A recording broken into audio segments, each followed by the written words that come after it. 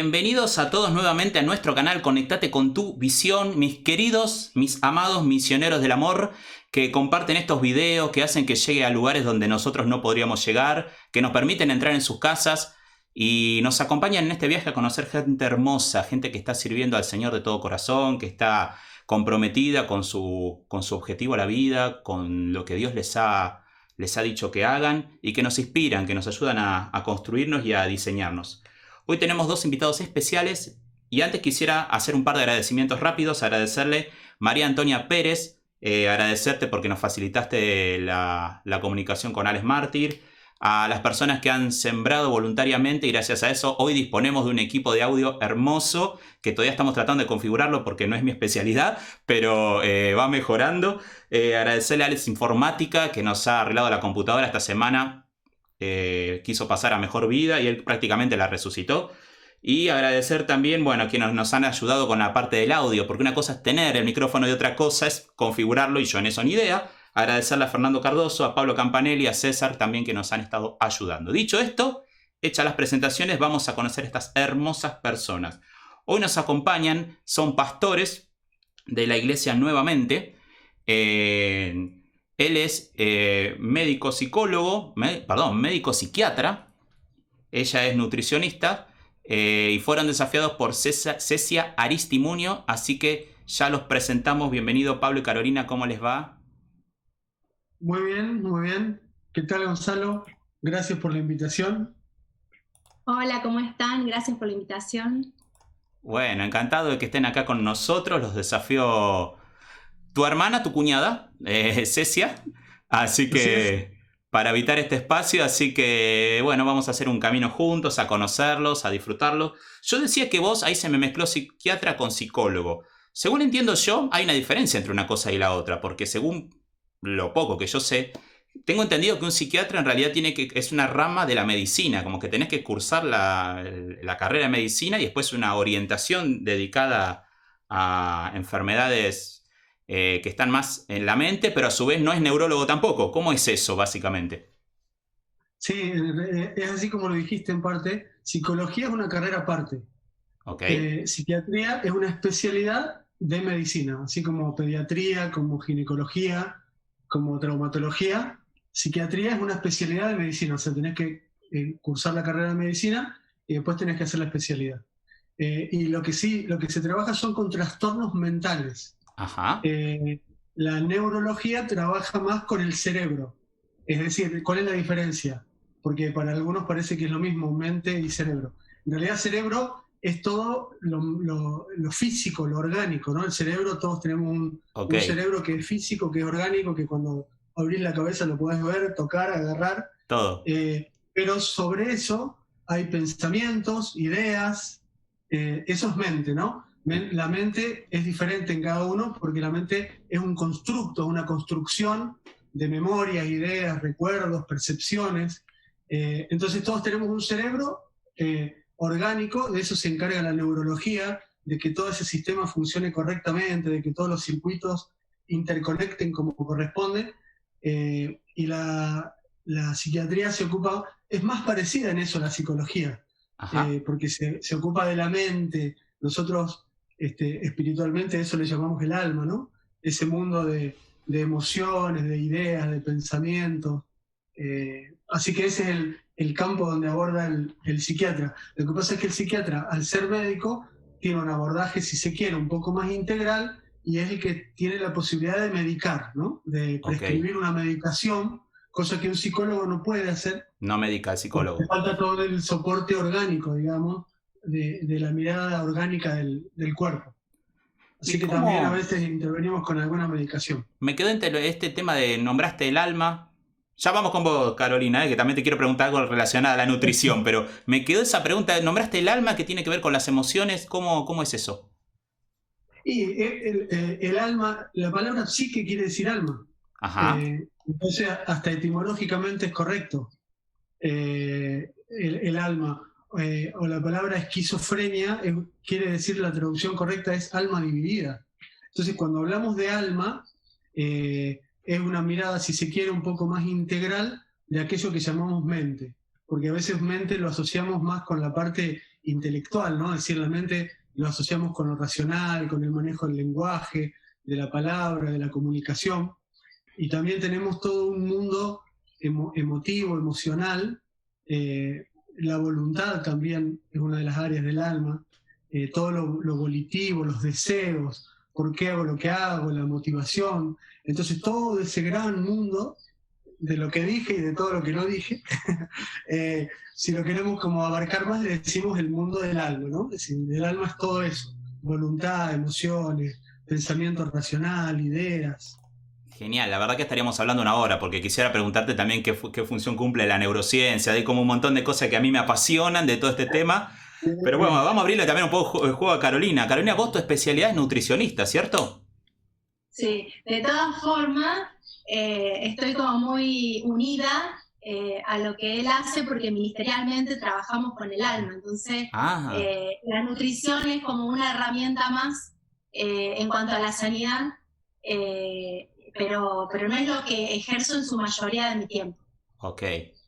Yo tengo entendido en De realidad, hecho, bueno, que dado que vivimos en varios dominios, ¿no? El cuerpo, emociones, digamos, hay interacción mutua constantemente, una afecta a todas las otras, la corporalidad puede llegar a afectar, por ejemplo, nuestras emociones, podemos intervenir emociones a través de nuestro cuerpo o al revés, ¿no? Por eso capaz que comer algo rico nos trae una emoción diferente. Hablo por hablar, Está pero... íntimamente relacionado. Todo lo que pasa en el alma afecta y trae afecciones en el cuerpo, y dentro de eso obviamente que la ciencia de la nutrición, que está abocada a cuidar y a también restaurar la salud a través del uso de los alimentos, contribuye obviamente.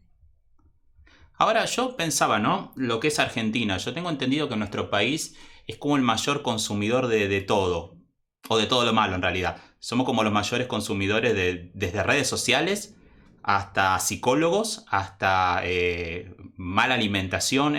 ¿Estadísticamente es cierto todo eso? de la parte de la psicología, yo no sé si somos los que más mal comemos, eso lo puede decir Caro, pero creo que los estadounidenses ganan en eso. Ajá. Comen más chatarra que nosotros. Es verdad. Pero sí que hay más psicólogos que en otros lados del mundo, sí es cierto, y somos grandes consumidores de la psicología, eso también. De todas formas, creo que la conflictiva del alma en general, como hablábamos hoy, es un tema del mundo, ¿no? El mundo está si se quiere mal, ¿no? Está mal. Y uniéndolo un poquito a lo anterior, nosotros creo que los cristianos hemos sido los que más hemos incursionado en esta trilogía de cuerpo, alma y espíritu, eh, pero también por enseñarla creo que hemos cometido el error de dividirla mucho, y está mucho más unida de lo que nosotros la hemos dividido para enseñarla. Ajá. Hemos creído que hay cosas espirituales, que hay cosas corporales y que hay cosas en el alma que están como separadas y como si fuesen compartimentos que no se interaccionan, pero en realidad la realidad es que esa división o ese límite está un poco difuso, ¿no? No lo podemos definir. Yo siempre digo que vos no podés estar mal del cuerpo y bien del espíritu y bien del alma, ¿no? Porque si estoy mal en el cuerpo y si estoy con un cólico y si estoy con dolores, no voy a estar como reconectado en el espíritu, ni mi alma va a estar con gozo y con paz. Y esto que lo digo con la afección en el cuerpo, si fuera en el espíritu igual, tenemos el endemoniado Gadareno, su espíritu estaba mal, pero su cuerpo decía que estaba mal, y su alma ni hablar. O si yo estoy muy mal anímicamente o estoy en un proceso del alma doloroso, si mi cuerpo va a sufrirlo. De hecho, hoy ya está súper estudiado y es súper seguro esta asociación que hay de cómo las ansiedades, los pensamientos afectan tremendamente el cuerpo, desde una baja de defensa y un resfrío común hasta la aparición de un cáncer, tienen que ver con cómo pienso también. Entonces digo, me parece que es un tiempo también lindo para nuevos paradigmas, nuevas maneras de interpretar al ser humano desde lo espiritual, pero con una mirada mucho más integral y no tan repartida como lo veníamos haciendo, ¿no? Lo mismo que decía Caro en relación a los alimentos, es muy interesante los alimentos. Los alimentos en la Biblia nunca fueron solo para consumir y nutrir el cuerpo, ¿no? mi comida y mi bebida, decía Jesús, es hacer la voluntad de mi Padre. En varios lugares la voluntad y la comida, cuando cae Eva, cae por comer un alimento. Claro. Podríamos también estar hablando un montón de esto porque la hemos hablado con Carlos en nuestras charlas. A veces no nos ponemos a hablar de esto y decir cuántos otros árboles habría en ese Edén que no comimos, ¿no? Porque eran árboles y era comida, pero vos cuando comías del árbol de la vida no comías solamente para nutrirte el cuerpo. Ahí habrá estado el árbol de la justicia y a lo mejor estaba el árbol de la paz y el árbol... Habría tantos árboles. Es muy interesante. Entonces se viene un tiempo también nosotros oramos mucho por eso con Caro, de que Dios traiga un nuevo tiempo de apertura, donde nosotros no seamos los que dividimos, sino los que podamos ver desde otro lugar. Y este cambio de paradigma que vos traes, por ejemplo, tiene que ver también con lo que vos decías de... con lo asocio yo, ¿no? No sé si hay una visión detrás del concepto del nombre de la iglesia nuevamente. ¿Tiene que ver también con este cambio de paradigmas?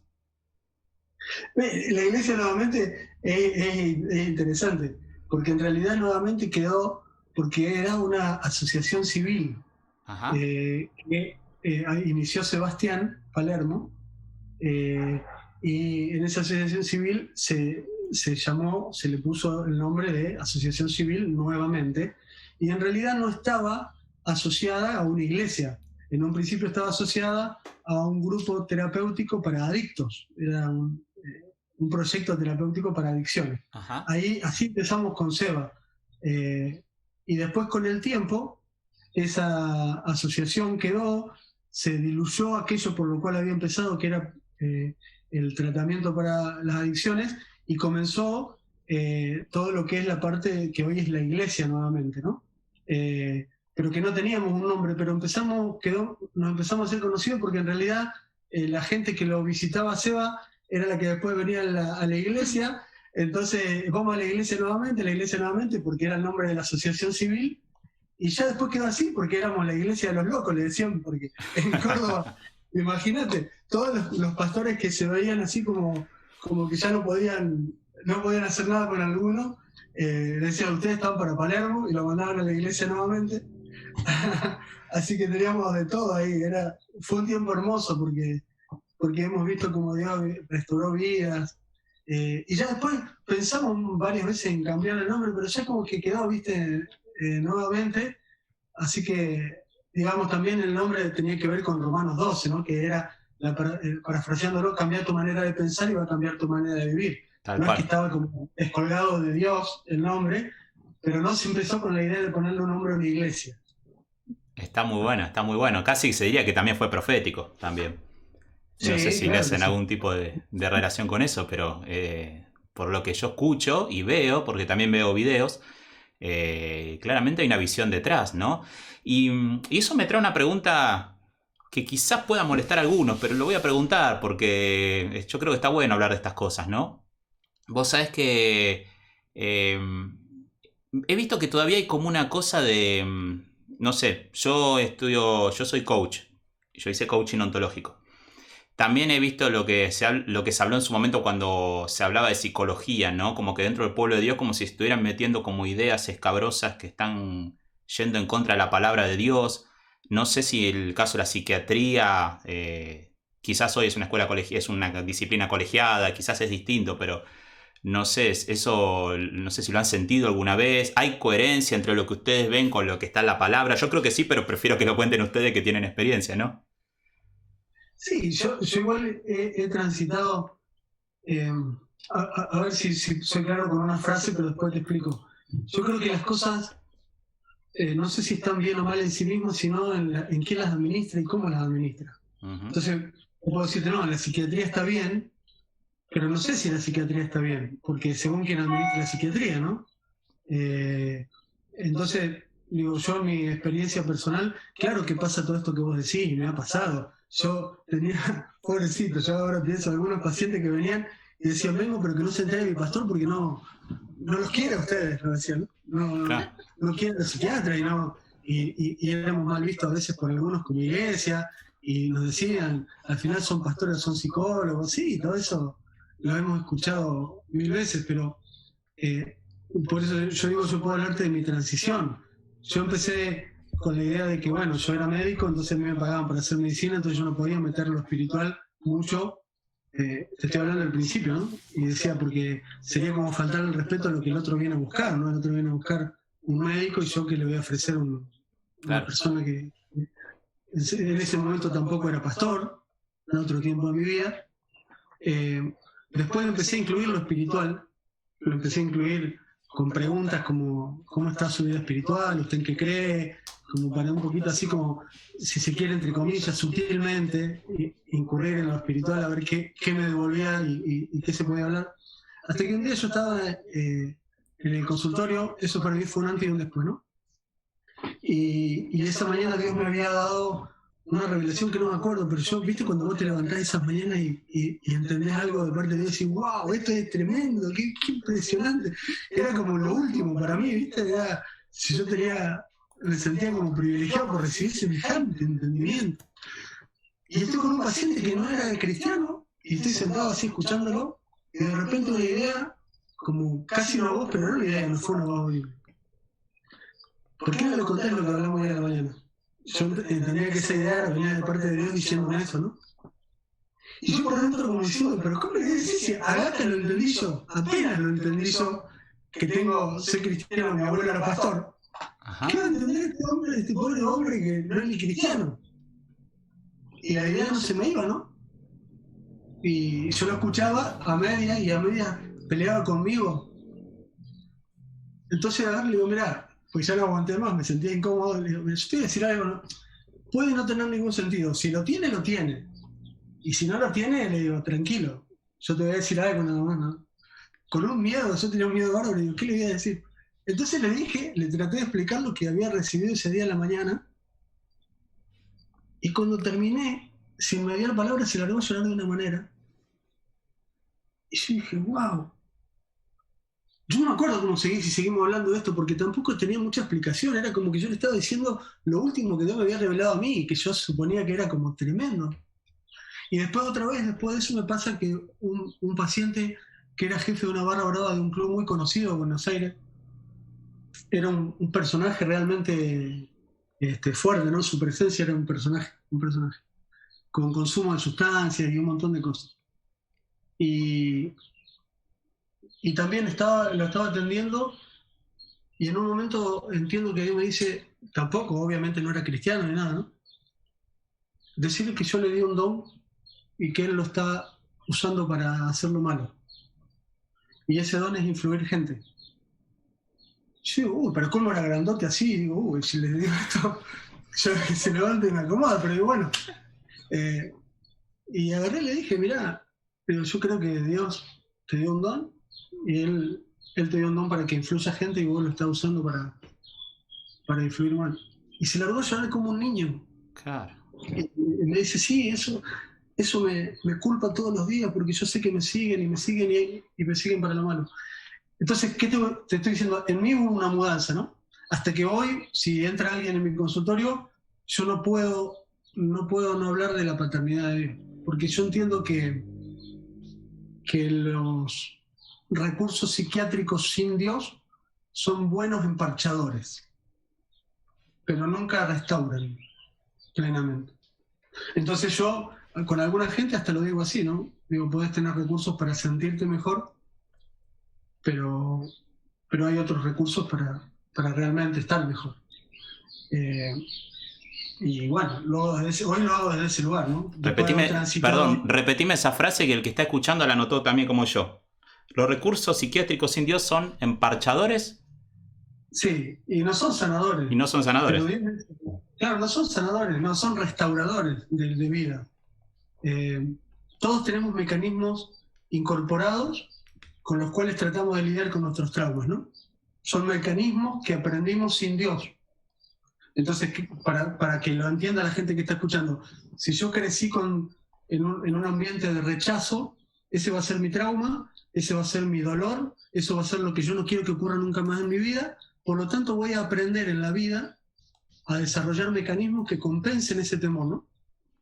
Entonces, si vos venís, yo soy psiquiatra, sin Dios, yo te puedo enseñar a que levantes todos esos mecanismos, que los hagas más fuertes para que no colapsen nuevamente, ¿no? Porque cuando viniste a pedirme ayuda es porque te colapsaron, porque ya no te sirvieron y te sentiste de nuevo rechazado. Pero nunca que vos levantes o refuerces esos mecanismos compensatorios van a hacer que vos te sientas aceptado por el Padre, ¿no? Que es en realidad, si Freud hablaba del Padre, Lacan hablaba del Padre, sin decir que era Dios, pero es que la figura del Padre y la aceptación del Padre es la ausencia de toda la humanidad, es Dios como papá. Entonces, la restauración es que papá te acepte.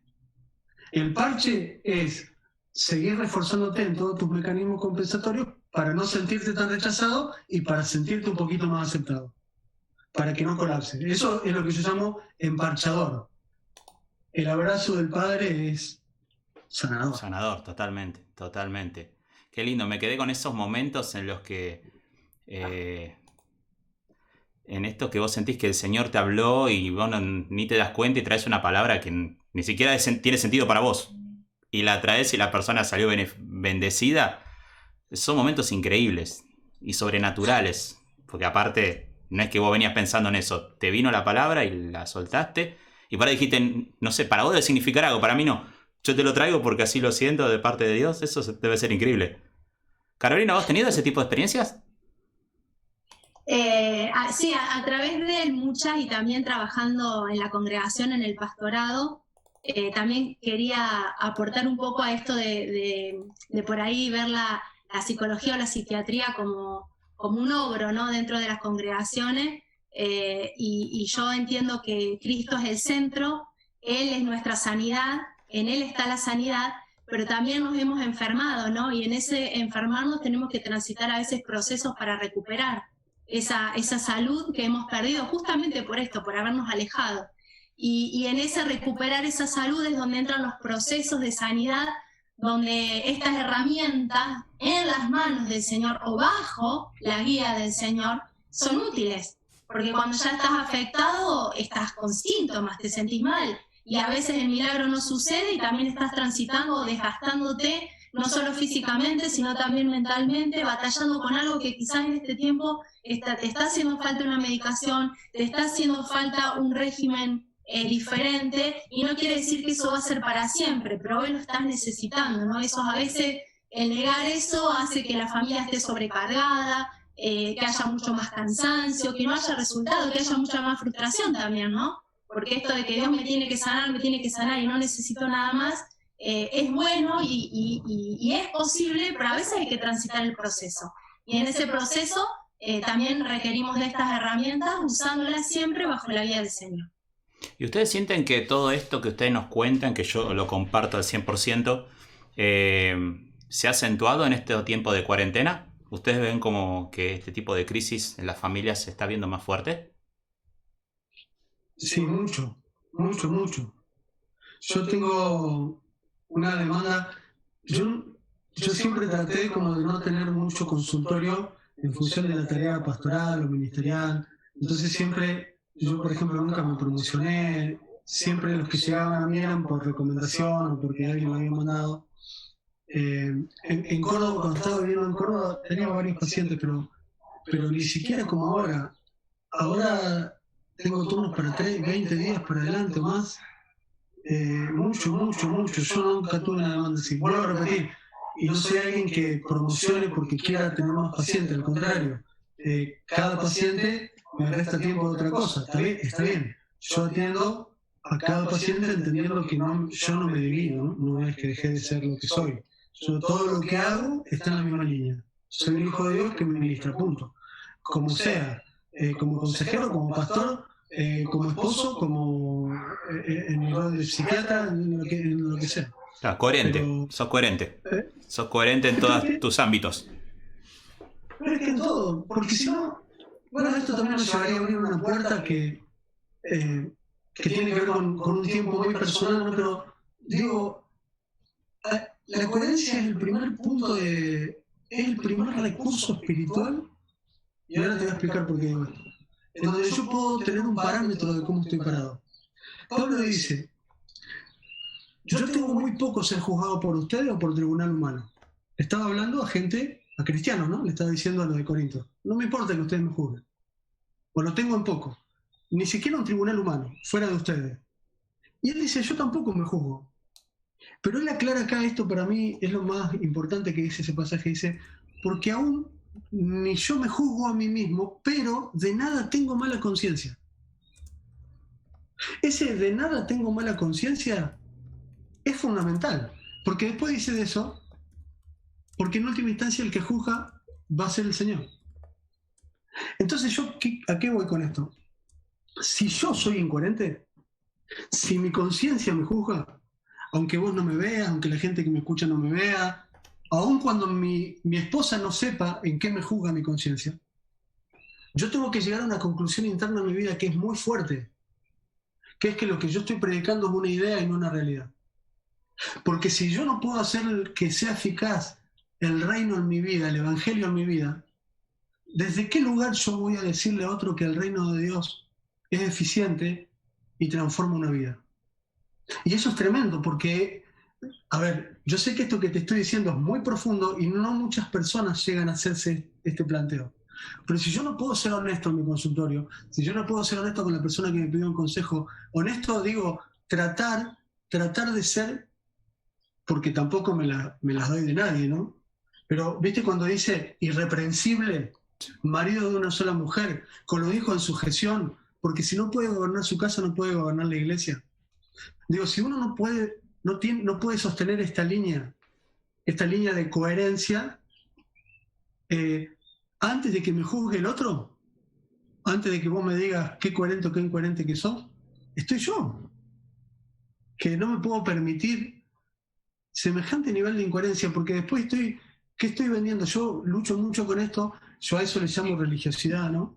Entonces digo, no vendamos una idea. Si no es eficiente el evangelio en tu vida, pues tenés algo que hacer con vos primero antes de enseñar. Porque si no, ¿cuál es el sustento de la transformación? Y como lo que yo le doy al otro se transforma en la plataforma de su fe, si yo le vendo una idea, él va a fracasar, porque él va a poner su fe en una idea. Entonces yo le tengo que mostrar el reino, yo tengo que ser testigo de Cristo, para que él pueda poner en Cristo su fe. Por eso Pablo decía, sé imitadores de mí como yo de Cristo, no, de mí y yo soy un pobre pecador, ¿viste? Bueno, pero si vos sos un pobre pecador, yo te voy a imitar a vos y voy a ser un pobre pecador. Es la justificación que a veces usamos para negociar con nuestras falencias, ¿no? Con nuestras imposibilidades. Entonces, sí, si vos me preguntás, es lo que procuro todo el tiempo, ¿no? Es ser igual con vos ahora en esta entrevista, como con mi paciente, como con ella en la intimidad y solos, o como conmigo mismo cuando me acuesto en la cama y escucho mis pensamientos. Si yo fracaso en eso, todo lo demás me daría vergüenza. Me daría vergüenza. Me haría sentir, sé, que estoy tratando de vender una idea de algo que no es eficaz. Qué palabra profunda, ¿no? Porque muchas veces se ha hablado de este tema, pero para mí pocas veces se le ha puesto esta palabra. He escuchado tantas veces que dicen, bueno, vos que tanto hablás acá, en la iglesia te parás allá y después en la semana. Este reproche que se escucha mucho, sobre todo la gente que no conoce y que está esperando verte meter la pata para mandarte al frente. La palabra coherencia es una palabra tan profunda que creo que primero es ideal llamar a las cosas por su nombre. Y me gustó mucho esto, que la coherencia es un parámetro para ver dónde estás parado. Pero también qué triste que esto de, como decías vos, ¿no? Para que no sea una idea y sea una realidad. De pronto, ¿cuántas veces la gente espera a acomodarse y a empezar a ser coherente recién cuando le dan un ministerio, tiene algo para hacer? Sabiendo que en realidad es un sepulcro emblanquecido, porque a la larga no solamente vas a terminar lastimando a otras personas también. La coherencia pasa por uno mismo. ¿Vos querés que yo te diga algo? Mira, el sistema, esto, viste, vos recién decías, esto puede molestar a algunos. Sí, puede molestar a algunos. El sistema religioso, evangélico, le queda poco tiempo, va a colapsar. Ya no daba para más. Esto no sé cuánto tiempo llevará, ¿viste? Cuanto más grande es el camión, más cuesta doblarlo. Pero ya no da para más. Mirá, la Iglesia Católica, cuando fue reformada, pasaban tres cosas. La Iglesia Católica se reformó no porque Lutero se despertó un día con la lamparita acá prendida. Lo que pasó en la Iglesia Católica, lo que hizo Lutero fue la consecuencia lógica de una iglesia que ya estaba colapsada hacía 100 años. Y había tres problemas. Había problemas de poder. Llegaron a haber tres papas, ¿no? Un papa en Aviñón, un papa en España, un papa en Italia. Había una lucha de poderes tremenda. Había problemas de sexualidad muy fuertes. Se hacían orgías en el Vaticano. Y había un problema con la plata, con el dinero. Se vendían las indulgencias. No sé si habrás escuchado, digo, ¿no? Sí. Se vendía la salvación, se perdonaban pecados por plata. Fue tremendo, ¿no? Está relatado en la historia, por lo menos la historia del cristianismo, como esa época, como la pornocracia se le llamaba al Vaticano. Entonces, ese colapso llevó a que lógicamente algo tuviera que reformarse, si ya no daba para más. Lutero fue, digamos, uno de los vehículos, porque ni siquiera fue el único, pero fue por lo menos el más conocido, que vehiculizó ese tiempo que se fue madurando solo, ¿no? Por la decadencia. Entonces yo hoy cuando veo a la iglesia evangélica, yo esto lo hablo con los pastores, ¿no? Digo, ¿que acaso ustedes no ven esos tres problemas en la iglesia evangélica? Si no los ven, ustedes son mentirosos. Porque no me digas que no ves problemas de poder en las iglesias, por favor. A veces damos asco. Siempre peleamos por un puestito para ver quién toca el órgano, mirá si no tenés, y por el diaconado, y por el que está al lado del pastor, y entre pastores entre sí, y que me sacaste la oveja y que no me dijiste nada, que por favor. O sea, no. Yo cuando me pongo en este modo así, digo, no podemos. Entonces, ¿qué problemas sexuales no tenemos? No tenemos problemas sexuales. No se tapan porquerías sexuales dentro de los líderes. ¿No? ¿Me va a decir que no hay problemas sexuales, que no hay consumo de pornografía dentro de la iglesia? Pero, ¿por qué no reaccionamos? Entonces, sí existen problemas sexuales dentro de la iglesia evangélica. Y digo, ¿qué? ¿Acaso problema de plata no hay? Gente que curra con el diezmo, pastores que se quedan con un montón de guita. Pero seamos, por favor, ¿no? ¿De qué estamos hablando? Entonces yo digo, a veces, ¿sabés cómo somos nosotros? Sostenemos tanto la mentira a veces, que cuando viene alguien de afuera y te dice, ustedes son unos charlatanes, nosotros decimos, mirá, el enemigo se levantó contra la iglesia. No, probablemente te estén describiendo. ¿Por qué no escuchás lo que están diciendo? Porque no se levantó con la iglesia, porque la iglesia es un cuerpo espiritual, porque la iglesia es Cristo, y a Cristo no lo pueden tocar porque Cristo venció. Al que están tocando es a vos, porque probablemente vos seas un charlatán. Y si no lo sos, demostrarlo con tus hechos, pero no salgas con más palabras a defenderlo. Porque si no, así vas a seguir siendo un charlatán. Cuando la gente nos dice charlatanes, por esto que decías vos, ¿no? Sí, los evangélicos son los charlatanes. ¿Y por qué? Porque te escuchan predicar el domingo y porque te ven cómo vivir, porque son el vecino y escuchan tus gritos, escuchan todo lo que no está bien. Entonces, con esto, ¿qué te quiero decir? El sistema evangélico no le va a quedar mucho tiempo para colapsar. Gracias a Dios, porque no estoy hablando de la iglesia de Cristo. Estoy hablando del sistema religioso evangélico. Es un sistema de control que ya está viejo, que está gastado, que está obsoleto, y la iglesia tiene que seguir su curso. Y lo va a hacer a una expensa de la iglesia católica en su momento, de la iglesia evangélica en su momento, y te lo digo desde adentro, porque yo soy pastor evangélico, o sea, no es que estoy negando lo que soy. Estoy hablando de lo que somos. Y me hago cargo y digo, muchachos, si no nos sale, por lo menos empecemos por algo que es súper valioso, la honestidad. Levantemos la mano y digo, che, no nos salió. ¿Podemos empezar juntos de nuevo? Pongámonos a orar. Yo atiendo a muchos pastores, muchos pastores. Escucho muchos pastores, vienen a buscarme porque no soy de la asociación de ellos, entonces no los voy a juzgar, porque no los voy a sacar del ministerio, porque como no soy autoridad de ellos, como soy psiquiatra y tengo la obligación de guardar silencio en secreto profesional, me pueden contar cosas que no les cuentan a otros y saben que pueden confiar en mí. Entonces vos no te das una idea de lo que yo escucho. Y los hijos. Y los hijos. Sí. Entonces, bueno, digo, esto, si vos hoy me preguntaras cuál es mi llamado o mi momento, el momento en el que estoy transitando. Te pido permiso, antes que lo digas, porque ahora quería entrar en eso también. A la audiencia, más de uno le pegó un cabezazo al celular seguramente, pero está hablando de una realidad. Está hablando de una realidad y él como pastor lo vive, lo está viviendo y lo ve. Pasa en muchos ámbitos. Desde la parte histórica que mencionó, agarren cualquier libro, cualquier video, esto es real, hasta ciertas realidades que están pasando. No quiere decir que necesariamente tu pastor sea ni chanta, ni mentiroso, ni ladrón, pero sí es cierto que hay muchos ámbitos donde sí pasa. Y la falta de coherencia habla mucho más que lo que nosotros queremos predicar a veces. Por eso decía, se dice esto tanto de que prediquemos todo el tiempo y si es necesario abramos la boca. Pero solo si es necesario, prediquemos con el ejemplo. Cada vez que vos vayas a hablar con una persona no te está escuchando, te está mirando. Es 2 más 2. Ahora, esto que vos decías, quería aclararlo porque ya veo que después viste que vienen los mensajitos enojados, pero es real. O sea, es real. Y... Tranquilo, porque los próximos invitados van a ser mejores y van a ser buenísimos. No, bienvenido ustedes. Después vamos a charlar de eso. Pero bienvenido, estoy feliz de que estén con nosotros y hablando de estas cosas que son reales también. Porque a veces como que miramos para otro lado y estas cosas pasan.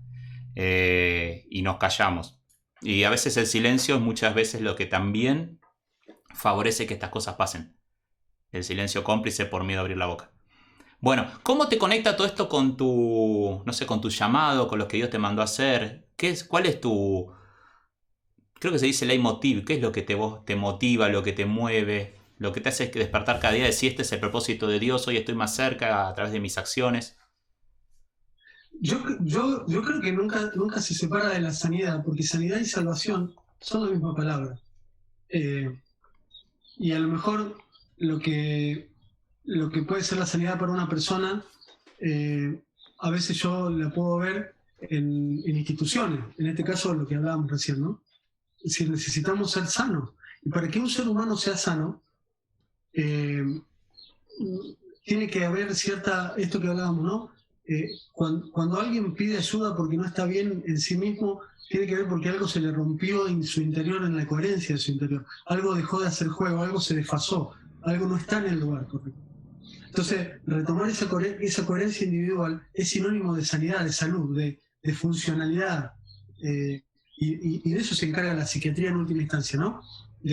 Por medio de todos los recursos posibles, devolverle cierta funcionalidad a algo que había perdido esa funcionalidad. Ahora, cuando vos empezás a transitar espacios como en este caso nosotros, con pastores, con instituciones que denominamos iglesias, pero que son congregaciones, vos te das cuenta que en realidad también están enfermos como se enferma, ¿no?, una persona, y tienen los mismos trastornos, y vos ves todo lo que pueda operar en una persona, eso que hablábamos hoy, ¿no?, el miedo al rechazo, el miedo a la falta, el miedo a no ser exitoso en aquello que emprendo, todos los miedos que operan dentro de una persona se terminan trasladando a los miedos institucionales. Entonces, si vos preguntás hoy, en mi vida personal, yo un poco todo esto que estoy hablando con vos, lo vengo como madurando en mi interior desde hace muchos años, quizás 10, para ponerte un número. Pero me parece que este tiempo aceleró un poco las cosas, porque de repente vimos que esto que pasó con el virus nos rompió las formas, ¿no? Es decir, el sistema religioso tenía una forma, ¿no? La forma es el contenido que le ponemos a ciertas palabras. Yo digo, vamos a reunirnos, está bien, reunirnos es una palabra, claro, pero el tema es qué pensás vos cuando yo digo reunirnos. El contenido que vos le das a eso está estructurado de alguna forma. Y nosotros tenemos que reconocer que tenemos formas y tenemos estructuras. Cuando nos reuníamos, cuando nos ministrábamos, cuando hacíamos lo que hacíamos, a cada cosa le ponemos una palabra, pero el contenido de la palabra estaba cargado de una estructura. Y la estructura es lo que yo digo que es lo religioso. Entonces, esto de la cuarentena nos rompió la forma, ya no podíamos ir los domingos a la iglesia como lo hacíamos antes, pero yo me di cuenta que aunque las formas habían desaparecido o había cambiado, ya el formato no era ese, sino era por Zoom o por videollamada, las formas cambiaron, pero la estructura seguía. Digo, ¿cómo? ¿Por qué? ¿A qué le llamo estructura? A ese mecanismo religioso que en definitiva termina siendo un mecanismo de control y un parámetro de está bien o está mal, pero el parámetro de está bien o está mal porque me lo devuelve el sistema, porque me lo devuelve la estructura. No porque el espíritu me reveló o porque espiritualmente el fruto del espíritu no está produciendo fruto, sino porque la estructura religiosa te devuelve un mecanismo de control de los dos lados, para que lo entiendas bien. Estructura religiosa, digo, bueno, a ver, ¿qué es lo más importante para el 80% de las personas que son cristianas? Y bueno, para el 80% de los evangélicos lo más importante es la reunión. Listo, reunión, estructura. ¿Qué es la reunión para un evangélico? 50% cantamos, 50% escuchamos una palabra y le metemos entre medio algunos momentos simbólicos como simbólico profético, ¿no? No estoy siendo despectivo, estoy describiendo. Entonces, listo, perfecto. Yo, si tengo ese sistema, ese va a ser el sistema con el cual evalúo. Entonces digo, a ver, vamos a evaluar a Gonzalo. Soy el pastor. ¿Está viniendo a la iglesia? ¿Está viniendo a la reunión? Sí, bien, un tilde a favor. ¿Pone carita de cólico renal cuando adora? Así como que, ¿qué conectado está? Bien, un tilde a favor, ¿no? ¿Escucha la palabra con atención y se confronta y después te dice, che, pastor, qué buena palabra? Sí, pum, listo. Mecanismo de control. Esto yo lo estoy haciendo consciente de algo que es inconsciente, ¿me explico? O sea, todos los pastores que me están escuchando, no estoy hablando mal, no estoy diciendo que lo hacemos a propósito. Yo lo hago también porque lo aprendí, me lo enseñaron. No tiene que ver con que soy malo o soy bueno. Tiene que ver con que tenemos que mostrar lo que estamos haciendo. Y por el otro lado, el que el que asiste a la iglesia, tiene el mismo mecanismo de control. Dice, ¿está buena la reunión? Sí. ¿Estuvo linda la adoración? Sí. ¿El pastor predicó lindo? Sí. Buenísimo, esa es la iglesia a la que tengo que ir. Entonces, yo quiero que ahora vos entiendas esto. El Evangelio empezó antes de la fundación del mundo y es eterno para adelante también, ¿no? Tiene una dimensión tremenda, en donde dice la Biblia que la supereminente grandeza de su poder que opera en nosotros, así como operó en Cristo Jesús, resucitándola de los muertos. O sea, estamos hablando de cosas que no podemos ni siquiera entender. O sea, el Evangelio tiene una dimensión asombrosa. Y yo lo reduje, ¿qué hace la religiosidad? A una reunión donde el 50% es cantar, a lo que le llamo adoración, ya eso es una bestialidad. Creer que eso es adoración es una bestialidad. Porque también es adoración, pero es una brutalidad reducir la adoración a eso. Entonces, ¿qué pasa? Vos hablas con pastor y te van a decir, sí, Pablo, ya lo sé, adoración es más grande. Pero ¿y por qué seguimos haciendo lo mismo? Y le seguimos llamando igual. Entonces la gente nueva viene y lo que aprende es lo que le doy, no lo que sé. Porque lo que sé ni siquiera yo lo vivo. ¿Entendés dónde está el punto de la estructura religiosa que tiene que desaparecer para que podamos acceder a otra estructura? Porque no podemos vivir sin forma y sin estructura. Pero que sea más libre, que sea más madura, que sea más crecida. Y más consciente también, quizás se me ocurre, más consciente también de para qué hago lo que hago. Exacto. Sí, por eso lo que estuvimos haciendo, yo no digo que haya estado mal. Fue, nada más. Si tercer grado está muy bien para uno de tercero, o no. Pero cuando llegaste y aprobaste tercero, está muy bien cuarto. ¿Eso quiere decir que tercero estuvo mal? No. ¿Hay que jugar a tercero? No. Hay que pasar a cuarto. ¿El desierto estuvo mal? No, era necesario. Bueno, pero ahora si es tiempo de tierra prometida, listo, bendigamos el desierto, bendigamos Egipto, pero ahora entremos a la tierra prometida.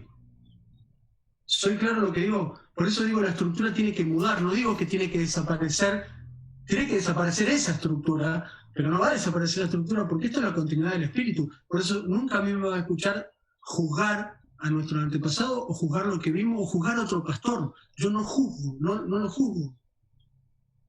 Solo digo, cuando es tiempo de pasar de grado, pasemos de grado. No nos estanquemos en el grado anterior.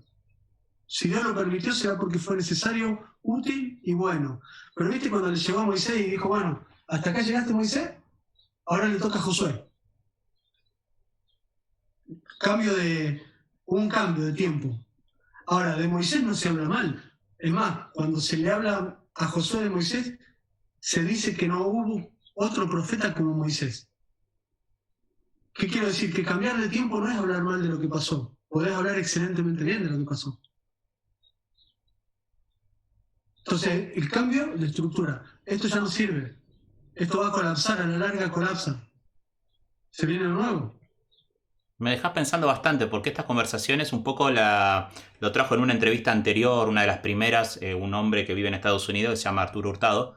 Él trajo una palabra para los pastores jóvenes diciéndoles: estamos como muy encerrados en enseñar la doctrina de nuestra iglesia y estamos perdiendo la mente de reino, ¿no? De lo que realmente Dios quiere. Él sustenta estudios bíblicos en todo el mundo con su fundación.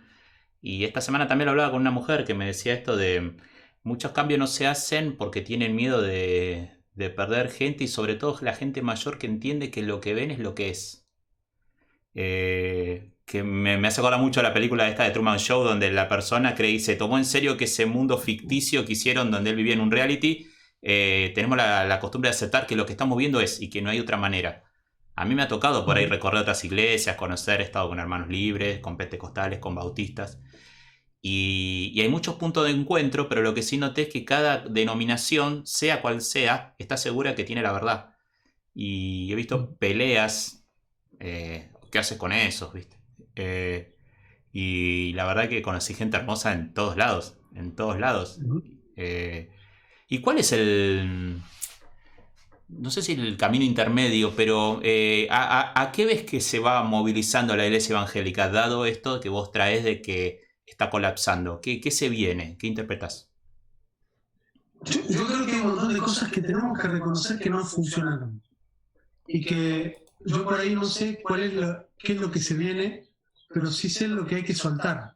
Me parece que es un tiempo de soltar cosas, ¿no? Yo hasta que no suelto, vete de la tierra de tu parentela y andate a la que yo te mostraré, ¿no? No sabía a cuál iba a llegar, sí sabía de dónde tenía que irse. Entonces me parece que ese es un camino de inicio.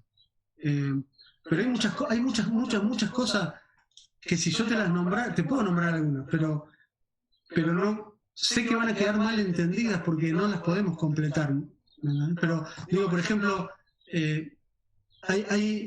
yo creo que hay sobreénfasis que hay que romper. Los énfasis son buenos, los sobreénfasis son malos. Entonces, si yo tengo que distribuir el peso de esta casa en 5 columnas, ¿no? Porque tiene que soportar 1000 kilos, por dar un ejemplo, no tengo idea, estoy diciendo cualquier soncera solo a modo de ejemplo. Y hago una columna que resiste 750 kilos y las otras 4 las distribuyo con los 250 kilos restantes, yo te puedo decir, che, pero está bien, son 1000 kilos. Vamos a decir, no, pero hay un sobreénfasis en una columna, en desmedro de las otras, esto va a colapsar porque no está bien distribuido. Entonces, nosotros, por ejemplo, hemos hecho un sobreénfasis pastoral. Todos sabemos que hay 5 ministerios y todos sabemos que todos fueron puestos para lo mismo. Ni siquiera nunca se nombró primero el pastoral. Si hubiera una eminencia, dice que primero es el profético apostólico. Si hubiera por orden, un orden de importancia. Pero ni siquiera tampoco lo expuso así. En Corintios sí lo dice. Primeramente, ¿no? Pero nunca primeramente pastores. Ahora, ese sobreénfasis pastoral ha hecho una iglesia con una columna muy grande y las otras columnas muy chiquitas. Entonces, una iglesia así no puede crecer proporcionada. Y vos me decís, Pablo, ¿y por qué hicieron eso? Si yo te digo, yo hoy creo que hubo una mala visión o una visión incompleta. Porque lo que se intentó reproducir fue el sistema católico, ni más ni menos. El sistema católico es una reproducción del sistema levítico. El sacerdote, de hecho se llama sacerdote, ¿no? Si hasta el nombre no le cambiaron. Es verdad. Entonces, el sacerdote es el que manda, el que puede entrar al lugar santísimo, en los católicos el que se puede tomar el vinito, si ellos tienen como cierta preeminencia en lo cúltico, porque los levitas tenían esa preeminencia en el orden cúltico del Antiguo Testamento, del Antiguo Pacto. Entonces, cuando sale Lutero no reforma todas las cosas, una de las cosas que no se reformó fue el sistema cúltico. Entonces vos entrás a un culto nuestro y entrás a un culto católico, y si no fuera porque son un poco más fiesteros, se parece mucho. Es decir, tenemos un sacerdote, que en este caso es el pastor, al que muchos le dicen el sacerdote, y tenemos el pueblo, ¿no? Eso es la reproducción exacta del sistema levítico. Ahora, vos vas a cada uno de esos pastores que haya leído un poco, le va a decir, pero vos te das cuenta que en el nuevo pacto es el sacerdocio de Melquisedec, ¿no? Y te va a decir, sí, claro. Ajá. ¿Y? No, bueno, está bien. Pero a todo, ¿vos alguna vez viste que alguien lo ordenaran apóstol o lo ordenaran profeta? Todas las ordenaciones son pastorales. Recién yo he visto algunas iglesias que estaban empezando como a ordenar al ministerio a algunos que no fueran solo pastor. Entonces ahí tenemos una cosa que tenemos que revisar. ¿Por qué lo hicimos? Yo vuelvo a insistir, creo que porque reproducimos un sistema levítico donde en el sistema levítico el sistema de control lo era todo. Ahora, ¿no sería más sabio reproducir el sacerdocio según el orden de Melquisedec? Y vos le vas a preguntar y todos te van a decir, sí, claro, Pablo. Bueno, hagámoslo. ¿Pero cómo se hace? Bueno, transitemos el camino de soltar primero el levítico, porque si no lo soltás, vos vas a seguir invitando a la gente todos los domingos a ministrar un sacerdocio levítico. Y si no querés soltar eso, nunca vas a llegar al otro. Entonces lo primero, si paso número 1, Pablo, soltar. Si no soltás, no agarras. Por ejemplo, pero tengo un montón de otras cosas para decir. Sí, me da a pensar un montón, claramente, porque en realidad va de la mano con... yo creo que la particularidad que tiene el pueblo de Dios con respecto... A ver, resistencia al cambio suele haber en cualquier contexto, generalmente. Lo que pasa es que en un contexto, llamémosle eclesiástico, está asociado algo más con lo que es pecado y lo que no es pecado. Por dar un ejemplo, tal vez ustedes lo transitaron, yo lo agarré tarde todo esto, pero sé que en su momento hubo grandes discusiones cuando las iglesias empezaron a sonar coros en lugar de los himnos, y en su momento con los himnos antes estaba el canto gregoriano, o si la copa la tomamos en vasito, la tomamos la copa grande, que hay gente no, que todos compartimos la saliva, no, que tiene que estar porque compartimos entre todos. Yo he visto discusiones, pelean, cuando entró la batería a la iglesia también, un lío, ¿no? Porque la Biblia no está en la batería, ¿no? Porque no había cable, no había no sé qué. Bueno, hay como una resistencia realmente a todo lo nuevo. Y después está esto otro, bueno, no sé, vos hablas de control, quizás también el hecho de nombrar más gente hace perder control a la cabeza también puede ser en algunos casos, no voy a ser en general, pero creo que eso puede pasar también. Imagínate ir repartiendo eso entre, no sé, bueno, hablamos de los 5 ministerios, después está el diaconado, está los ancianos, está esta otra cosa, donde hasta que tomamos una decisión nos ponemos de acuerdo entre todos y bueno, a ver qué opina, no, son 20 y uno está en contra y sonamos, no, ¿qué hacemos? No avanzamos. No sé, tengo esa idea como que la resistencia siempre fue mayor. A lo mejor no hace que repartirlo, porque a lo mejor hay cosas que no nos corresponden. Pero yo creo que ese también es un problema, ¿no? Sí, porque digo, si en definitiva este fuera un mecanismo de control y yo reparto el mecanismo de control en 10, estoy más que sanando, estoy dividiendo en 10 el problema. Sí. Yo me parece que ya rodarnos el derecho de controlar algunas cosas es lo que tenemos que empezar por soltar. Por eso digo, es un cambio más que de formato, de estructura. A mí me está costando mucho. Me está costando mucho en mi interior, porque la estructura no está fuera de nosotros. O sea, la estructura no es que yo digo, ay, me voy a levantar contra la estructura de la iglesia evangélica. No, es que yo soy la estructura de la iglesia evangélica. ¿Sí? ¿Dónde está la estructura? ¿Sabes que esto es igual que cuando tercerizamos la iglesia, viste? Cuando tercerizamos la iglesia, decimos, va uno y dice, me voy porque en esta iglesia no hay amor. Lo dice así. Sí. Y voy a decir, yo le digo, es que esta iglesia tiene todo el amor que tenemos. Porque ¿qué la iglesia qué? ¿No es un grupo de gente? ¿Vos no sos la iglesia? ¿Por qué la tercerizás como si fuera otra cosa? La iglesia no tiene amor. No, vos no tenés amor. Si la iglesia no tiene amor, vos no tenés amor. Yo no tengo amor. Entonces no es la iglesia una cosa tercerizada. No, la iglesia soy yo. Entonces cuando digo, no, porque la religiosidad, yo no estoy hablando cuando digo la religiosidad de un monstruo que está sentado en el techo de los templos, esperando que entremos. No, la llevamos nosotros puesta acá. Hasta, si yo para combatir esto, por eso hablo tanto de la coherencia. Porque si la estructura de mis miedos, de mis mecanismos de control, de todo está acá, no la tiene mi pastor. A lo mejor la tiene, pero la tengo yo primero. Sí, y en esos casos mucho tiene que ver también tu tu sistema de valores y tu estructura interpretativa, porque a mí, yo también escucho, cuando se acerca esa persona a mí no me da paz. Hay que ver si es la persona o sos vos que interpretás con la paz también, porque hay como muchas cosas en el medio. Y lo he escuchado de gente que pues, tal vez ni ora ni nada, pero bueno, ella tiene que tener, esa persona, ella tiene que tener paz. ¿Y de dónde lo sacas? ¿De qué te aferras? ¿En qué? O sea, si me decís, bueno, en este versículo dice que tenés que ser así, yo veo que estás totalmente contrario porque tu vida, bueno, ahí te entiendo. Pero esa cosa de percepciones en el aire, qué sé yo, no sé. Por eso, pero ahí es donde vuelve la honestidad de la pregunta, ¿no? Porque lo que vos decís están así que digo, cuando los fariseos veían a Jesús no tenían paz. Claro. Cuando los demonios veían pasar a Jesús decían, se ponían locos, ¿qué tienes conmigo? ¿Qué te quiero decir? Que aún puede estar Jesús enfrente tuyo y vos no tener paz. Hay que preguntarse por qué. A veces nos pasa eso. Es muy bueno, ¿no? Ya para ir redondeando, terminar así, ya está. Nos vamos a tendencia. Hashtag la paz depende de vos. Hermoso tiempo. Bueno, se nos fue casi una hora volando y no quiero tampoco robarles demasiado tiempo personal. Gracias por permitirnos entrar a su casa. Hay una pregunta que quiero hacerle a cada uno. Me van a quedar varias afuera, pero creo que fue muy lindo conocerlo y charlar de estas cosas tan profundas que a veces no se hablan y creo que son necesarias. Para quien realmente busca un cambio, busca ser coherente, no solamente parecer. Vamos a empezar con Carolina, pobre que vamos a abrirle ese espacio.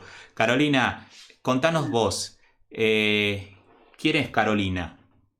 ¿Cómo te definirías? ¿Quién sos? Bueno, soy una hija de Dios y vivo para Él, para servirle, intento, no que siempre me salga. Pero es lo que intento, es lo que persigo, es mi objetivo desde que lo conocí de grande y creo que eso también me ayudó porque elegí, no es que me obligaron, lo elegí voluntariamente, lo conocí, lo elegí y bueno, y persevero en eso con fe, creyendo que todo lo que dice, que todo lo que habló se va a cumplir. Esa soy. Gracias, Carolina. ¿Y Pablo? ¿Quién es Pablo Aristimunio? No, bueno, en parte coincido con Carlos, ¿no? Digo, no creo que siempre fui el mismo, y mucho menos siempre me sentí el mismo. Pero hubo un momento en mi vida en el que cambió para siempre mi percepción, que fue cuando me diagnosticaron una enfermedad hace 11 años. Y yo estaba en el hospital con suero, que es una enfermedad crónica, una enfermedad bastante grave y que uno siendo médico peor todavía, ¿no? Y en ese momento me acuerdo que yo pensaba en pasajes, ¿viste? Se me venían a la mente pasajes. Y yo hasta ese momento quería ser un cristiano bueno, moralmente correcto, ir a la iglesia los domingos, si podía colaborar con alguna cosita entre semana también, digo, estar ahí en servicio, ser un buen médico, ganar plata, vivir bien, digo, ¿no? Digo, tranquilo. Esa era mi frase preferida, tranquilo. Pero ahí no estaba tranquilo, ¿no? Y cuando se me venían todos esos pasajes que no me daban resultado en ese momento, y yo, por ejemplo, se me venían todo lo puedo en Cristo que me fortalece. Y yo estaba, pero paralizado de miedo. Yo digo, pero no puedo nada. Entonces me hice esta pregunta, ¿no? ¿Yo realmente creo o creo que creo? Ajá. Y cuando me hice esa pregunta dije, voy a tener que definir esto. Porque si creo, esto tiene que llevarme a mi vida porque es demasiado grande. Y si no creo, me voy a dedicar a otra cosa, porque ¿para qué voy a perder el tiempo, no? Si no creo, me dedico a otra cosa. Entonces, como terminé creyendo, tuve que dedicar todo a esto, porque no se puede creer en serio en un Dios tan grande y seguir con tu vida igual. No podés, no se puede. Yo realmente me preguntaría si realmente creo, ¿no? Porque a lo mejor te pasa esto que me pasaba a mí, creía que creía en algunas cosas. Estaba convencido de que creía, pero era una convicción mental, no. Si vos crees en algo, ese algo en lo que crees te transforma la realidad de tu vida. Si no, no crees. Entonces, desde ese momento, digo, entendí esto. Fui pasando por un montón de cosas, pero yo también creo que Pablo es alguien que procura todo el tiempo, y procuramos juntos todo el tiempo, porque ni siquiera hoy hablamos como separados, pero en realidad todo, si tratamos de ser uno en eso también, ¿no? Tomamos decisiones juntos, nos mudamos con el mismo deseo juntos, entendiendo la misma voz de Dios. Entonces hoy somos una casa que tenemos, como yo digo, cierta agilidad. Si vos mañana me decís, mira, Dios quiere que esté en tal lugar, yo tengo esta casa que alquilo, tengo los bolsos armados, cargo todo el auto, y yo hoy podría irme en 3 días de esta ciudad a otro lugar, porque tengo todo listo para eso. Mi vida gira alrededor de eso, nuestras hijas, Caro, nosotros, todo para eso. Qué frase me dejaste, nos regalaste a todos. Bueno, se la regalamos acá al público, nuestro misionero del amor. ¿Crees o crees que crees? Es una gran pregunta introspectiva, porque quizás muchas cosas nos quejamos de que no pasan, no sucede, no siempre lo mismo, y está bueno verlo, chequearnos y que el Espíritu Santo nos traiga luz en esto. Bueno, vamos a ir redondeando porque no quiero robarle más tiempo. Ya llevamos 1 hora de entrevista y la verdad que fue un tiempo hermoso y da como para 3 o 4 más porque de todo, tengo preguntas de todo lo que dijiste y de lo que dijeron. La verdad que un hermoso tiempo, gracias a los dos. Quisiera la parte de a quién van a desafiar. ¿Quiénes van a ser los desafiados por Pablo y Carolina? Bueno, yo si no tengo alguno, o el que hablamos juntos. Bueno, primero a Sebastián Palermo. Es un amigo amado y bueno, siempre lo deben haber escuchado, o por lo menos vos sé que sí lo escuchaste. Es un hombre súper interesante para escuchar, muy sabio. Bueno, lo conocen, y si no lo van a conocer en la entrevista, ese es el primero. Y después tengo otros 2 desafíos que me gustaría que puedan también estar y que puedan ser entrevistados por vos. Uno es Marco Brunet, que es un salmista también conocido. Muy conocido. Sí, hermosas las canciones y estas últimas semanas creo que estuvo dando unas charlas. Sí, está con un trabajo que se llama Metanoia, creo. Sí. Y está haciendo hay unos cursos, unos seminarios. Y después tenemos otro amigo común con Caro que es David Ortigosa.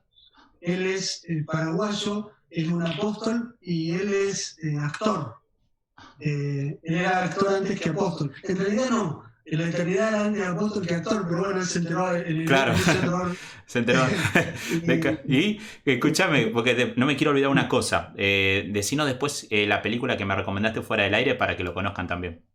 Piso 8. Piso 8 y tiene otra sobre la Navidad que no recuerdo el título completo, pero es sobre la Navidad. Pero Piso 8 es muy interesante porque es un desafío para todos los cristianos, ¿no? Sí, bueno, no voy a contar la película. Pero él es muy interesante. Él tiene una serie de trabajos que están subidos a YouTube sobre del Olimpo a Sion, porque él toma el Olimpo como el lugar de las artes, ¿no? El nacimiento de las artes, pero fuera de Dios, ¿no? Ajá. O sea, no el nacimiento. También lo artístico nace en Dios, pero digo, ok. el sistema natural que gobierna las artes, el Olimpo, ¿no? Del Olimpo a Sion. A Sion. Okay. Y Sion como el lugar espiritual desde donde debía venir la verdadera revelación y el fluir del arte y del arte profético. Así que cada uno de los que te recomiendo para la entrevista son gente que para mí es muy interesante y que en cada uno de los que manejan, en el tema que maneja cada uno, es como que vos escuchás y decís, wow, sí, qué interesante. Él está haciendo un libro que se llama de la Olimpiación, no sé si ya lo tiene, pero bueno, así que esos 3. Sebastián Palermo, Marco Brunet y David Ortigosa. Vamos a ver si puedo conectarme con eso para entusiasmarlos con esta entrevista. Genial. ¿Cómo se han sentido? ¿Cómo están? ¿Los he tratado bien? ¿Están cómodos? ¿La pasaron bien? Yo la pasé genial. Sí, la pasamos muy bien. Yo también no me había dado cuenta que había pasado 1 hora ni por asomo, así que nada, re bien. Súper tranquilo. Bueno, me alegro. Voy a pasar una información antes de terminar que es importante. Quiero recordarles que esta semana, el jueves, estaremos subiendo la segunda charla que está haciendo nuestro querido José Fonseca. si es la primera vez que ves este programa. Él es un teólogo y nos está hablando de la intertextualidad de la Biblia. Esta semana va a estar hablando de la relevancia y la importancia de la palabra de Dios desde un punto de vista teológico. Es gratis, lo único que tenés que hacer, si querés ayudarme y colaborar con el canal, es suscribirte, pero igual lo podés ver. Es un hombre de Dios con un ministerio enorme. Esta semana ha estado predicando también por internet en Italia. La verdad que tiene un ministerio hermoso y lo está poniendo a disposición del canal para que como cuerpo o como iglesia del Señor nos sigamos edificando. Agradecerle también a mi esposa y a nuestro querido Omar y Roxana, que están siempre presentes ahí acompañándonos en oración. Y todas las cosas que pasan por los que están orando. Así que agradecerles a ellos, nuestro ejército de avanzada. Pablo, Carolina, gracias por estar. Los amo, me encantó conocerlo. Espero volver a en algún momento a entrevistarlo y seguir charlando porque se pasó volando y tengo más para preguntar porque yo no soy sabio en nada, soy preguntón. Por eso hago lo que hago. Así que aprendo mucho de ustedes. La pasamos muy lindo. Muchas gracias por la invitación. Y también esperamos vernos cuando sea. Cuando sea. Gracias, Carolina. Gracias, Pablo. Los bendecimos y nos despedimos. Si es tu primera vez, suscríbete, compartí, campanita, dejanos un mensaje que nos ayudas mucho a que todo esto siga pasando. Gracias y nos estamos viendo el jueves. Bendiciones, besitos, chau, chau.